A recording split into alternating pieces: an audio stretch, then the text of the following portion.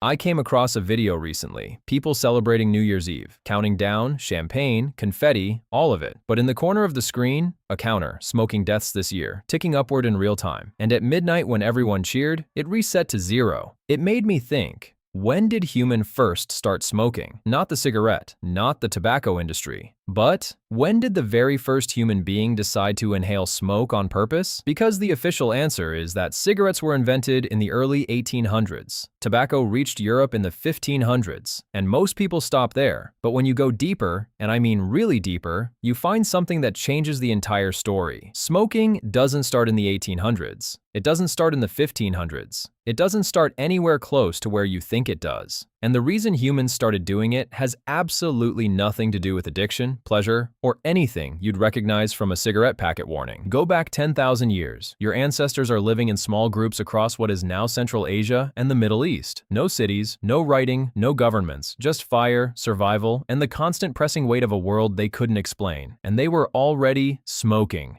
Not tobacco, not a cigarette, but deliberately inhaling the smoke of specific burning plants, cannabis, ephedra, herbs with psychoactive properties, in enclosed spaces, on purpose, with intention. Archaeologist Yimin Yang's team found it in 2019. Wooden braziers, small enclosed burning chambers, inside ancient tombs in the Pamir Mountains of western China, dating to around 500 BCE. When they tested the residue inside those braziers, they found high THC cannabis, not wild low-potency cannabis. Selectively cultivated, deliberately burned, in an enclosed space, so the smoke had nowhere to go except into the people sitting inside. Your ancestors weren't accidentally exposed to smoke. They were engineering it, but even that isn't the beginning. Go further back, to South America, to a time before any European ever set foot on that continent. The Mayans were smoking tobacco in ritual ceremonies going back at least 2,000 years. Archaeologists found it in clay pipes, in carved stone vessels, in hieroglyphic texts showing figures with smoke curling from their mouths in scenes that were clearly sacred,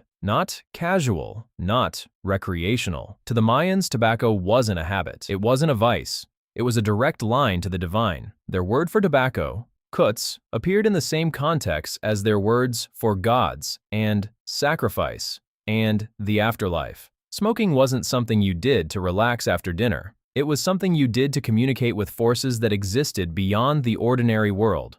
Your first reaction might be, that's just a belief system. That's just ancient people not understanding what they were doing.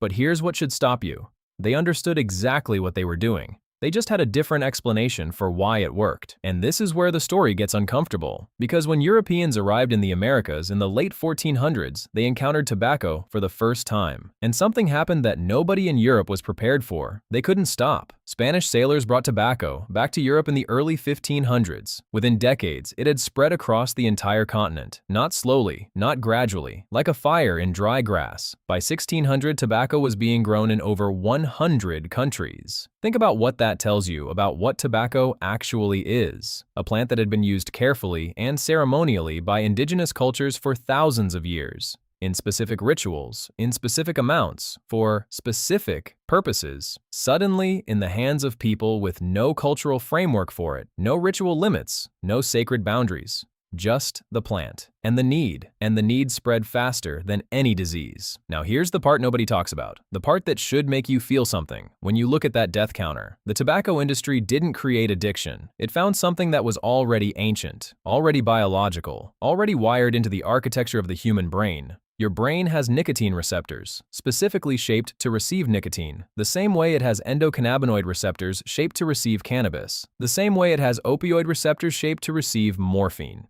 Your brain didn't build those receptors because of cigarettes. It built them over hundreds of thousands of years of your ancestors encountering these plants in the wild, in smoke, in ritual fires, in the burning herbs of a shaman ceremony. Nicotine fits into your brain like a key into a lock, not because Philip Morris designed it that way, because your ancestors spent tens of thousands of years around plants that contained it.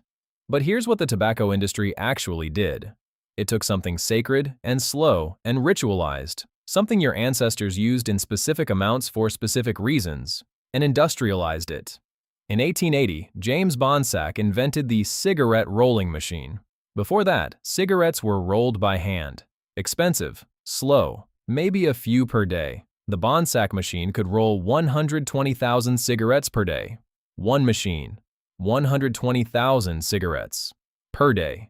Within 20 years, cigarettes were everywhere, cheap enough for anyone, available at every corner. The sacred plant that the Mayans used in ceremony, that your ancestors inhaled in enclosed ritual spaces to connect with something beyond the ordinary world, was now in a paper tube costing less than a coin, and the death counter started climbing. Here's something that should genuinely unsettle you. The tobacco industry knew. Internal documents from tobacco companies, released during legal proceedings in the 1990s, showed that executives had internal research going back to the 1950s, confirming that cigarettes caused cancer, that nicotine was addictive, that their product was killing people by the hundreds of thousands. They knew for 40 years before they admitted it publicly, and in those 40 years, they did everything possible to make cigarettes more addictive, more accessible, more normalized. They put them in movies. They paid doctors to endorse them. They designed the nicotine delivery to hit your brain faster and harder. They took a 10,000-year-old plant with a complicated sacred history and turned it into a killing machine.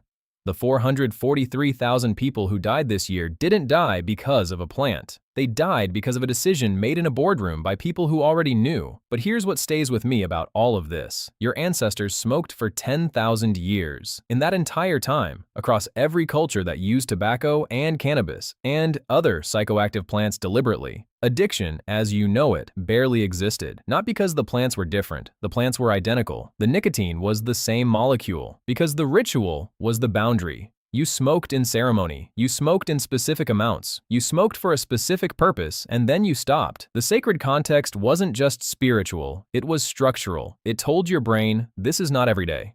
This is not automatic. This is a specific moment with a beginning and an end.